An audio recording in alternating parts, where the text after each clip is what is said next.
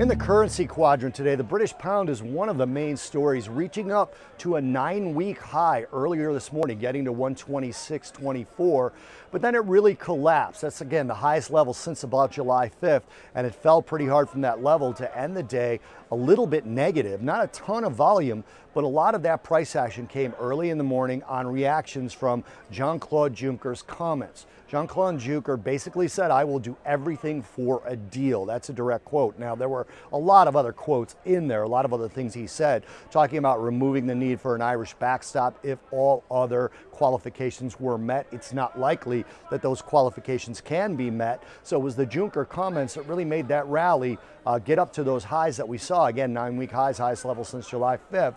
But then we saw it fall off as people started to sift through the comments and say it's really nothing new. The European Union has been talking about avoiding a no-deal Brexit for quite some time, and these quotes by Jean-Claude Juncker are just kind of a reaffirmation that they don't want a no-deal Brexit, but there still are the qualifications as listed, including potentially an Irish backstop, and none of those have been approached by Boris Johnson or the UK at this point, especially with Parliament suspended.